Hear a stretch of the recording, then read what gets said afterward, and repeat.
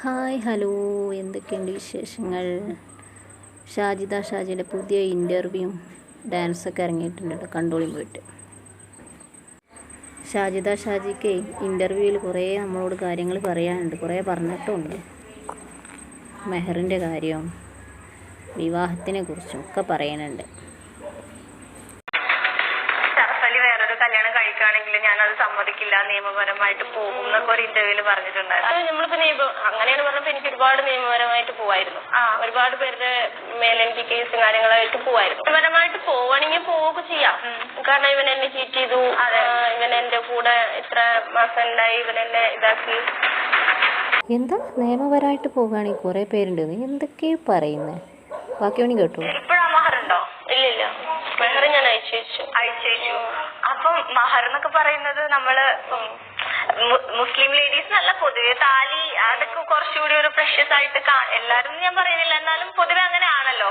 അപ്പൊ ഇതേപോലുള്ള കാര്യങ്ങൾക്ക് ഇങ്ങനെ ഇത് യൂസ് ചെയ്യുമ്പോ അതൊരു മോശമായിട്ട് ഫീൽ ചെയ്യാറില്ലേ? ചുമ്മാ തമാശക്ക് ഒരാളുടെ പേരെഴുതി ദേഹത്തിടുന്നത്. അല്ല, പേരെഴുതി ഇപ്പൊ എല്ലാവരും ഇടുന്നുണ്ട്. അങ്ങനത്തെ റിങ്ങിലായാലും മറ്റൊരാളുടെ പേര് എഴുതിയിട്ടിട്ട് കണ്ടിട്ടുണ്ട്. അല്ലെങ്കിൽ ഇപ്പൊ ചെയിനിലായാലും ഇപ്പൊ മോഡലായിട്ട് പേര് എഴുതിയിട്ടിടുന്നതൊക്കെ ഞാൻ കണ്ടിട്ടുണ്ട്. അപ്പൊ മെഹറായിട്ട് നമ്മൾ ആ ഒരു കെട്ടിയാലാണ് അതൊരു മെഹർ. വെറുതെ ഒരു ചെയിനും ഒരു പേരിട്ട് പറഞ്ഞാൽ അതൊരു ഒരിക്കലും ഒരു മെഹർ ആവില്ല. നമ്മൾ വായോണ്ട് പറഞ്ഞാലും ആവില്ല. നമ്മളെ കഴുത്തിലിട്ട് തരികയാണെങ്കിൽ അത് നമുക്ക് ശരിക്കും പറഞ്ഞാൽ ഒരു മെഹറാണ്. അതിനൊരു വാല്യൂ ഉണ്ട്. അല്ലാണ്ട് ജസ്റ്റ് ഇപ്പൊ ഞാൻ വായിച്ചിട്ടിരുന്നതിന് വലിയൊരു വാല്യൂ ഇല്ല. അപ്പൊ അത് ചുമ്മാ ആ ഒരു ജസ്റ്റ് ഒരു മാലയായിട്ട് തന്നെ മെഹറിന്റെ മഹത്വം എന്ന് പറയുമ്പോ ഇപ്പൊ അങ്ങനെയാണെന്ന് പറഞ്ഞപ്പോ കല്യാണം കഴിച്ചു. മെഹറിന്റെ മഹത്വം, കല്യാണത്തിന്റെ മഹത്വം അറിയാത്തവരാണ്. നാട്ടുകാർ ആൾക്കാരുടെ പേരും എഴുതി കഴുത്തിലിട്ടിട്ട് അതൊക്കെ എല്ലാവരും ചെയ്യണതാണ്, എല്ലാവർക്കും പറ്റും. ഞങ്ങളൊന്നും ആരും അങ്ങനെ ചെയ്യാറില്ല. ആദ്യമായിട്ട് പുതിയൊരറിവാണിത്.